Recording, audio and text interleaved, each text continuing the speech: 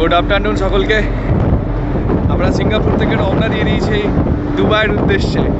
আর Dubai যাবার পথে আমরা সিঙ্গাপুর থেকে রওনা দিয়েছি কালকে সন্ধ্যেবেলা আমরা রওনা দিয়েছি।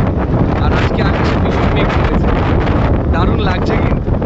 চারিদিকটা পুরো কালো হয়ে গেছে, আকাশের রং কালো, সমুদ্রের রং কালো, মানে খুব সুন্দর একটা মুহূর্ত। আর সেই লেভেলের হাওয়া দিচ্ছে।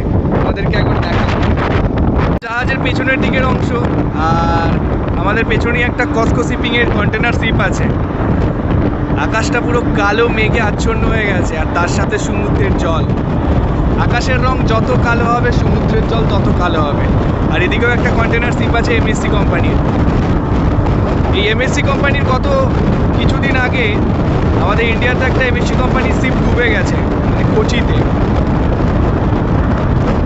শুনেছিলাম নাকি ওখানে অনেকজন ইন্ডিয়ান ক্রু ছিল, তারা সবাই এখন ঠিকঠাক আছে, ভালো আছে সবাই।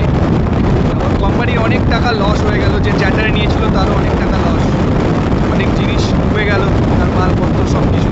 আর এদিকের পরিবেশটা খুব দারুণ লাগছে। একটু আগে বৃষ্টি হচ্ছিল, এখন বৃষ্টিটা থেমে গেছে, আবার বৃষ্টি নামবে। এটা বৃষ্টির মেঘ। সিঙ্গাপুরের ওয়েদার এইরকম, কখনো মেঘ কখনো বৃষ্টি। এই কালো মেঘ আর এই কালো জলকে ভেদ করে আমাদের জাহাজ এগিয়ে যাচ্ছে তার গন্তব্যের দিক করে। আমাদের জাহাজের ক্রেনের একটু কাজ চলছে, সেজন্য ক্রেনটাকে উপরে উঠিয়েছে। এই যে আমাদের পেছনে যে শিপটা আছে কসকো শিপিংয়ের, দারুণ লাগছে কিন্তু। এইরকম পরিবেশের মধ্যে জাহাজটা খুব ফুটে উঠেছে সমুদ্রের মাঝে, খুব সুন্দর লাগছে। এইখানের ওয়েদারকে একদম বিশ্বাস করা যায় না, কখনো মেঘ কখনো বৃষ্টি কখনো রোদ। একদম অন্যরকম পরিবেশ করে তোলে সকলকে।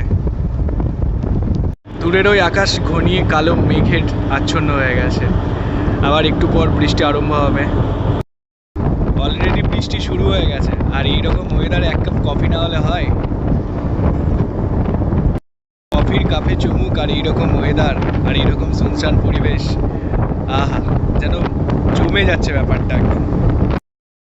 সমুদ্রের হাওয়া খুব কিন্তু ভয়ঙ্কর হয়। যখন ভয়ঙ্কর হয় তখন দেখার মতো আছে, খুব অ্যাডভেঞ্চার লাগে। আমার তো খুব ভালোই লাগে এরকম অ্যাডভেঞ্চার করতে। আর যদি অ্যাডভেঞ্চারের সম্মুখীন হয় তোমাদেরকে নিশ্চয়ই দেখাবো।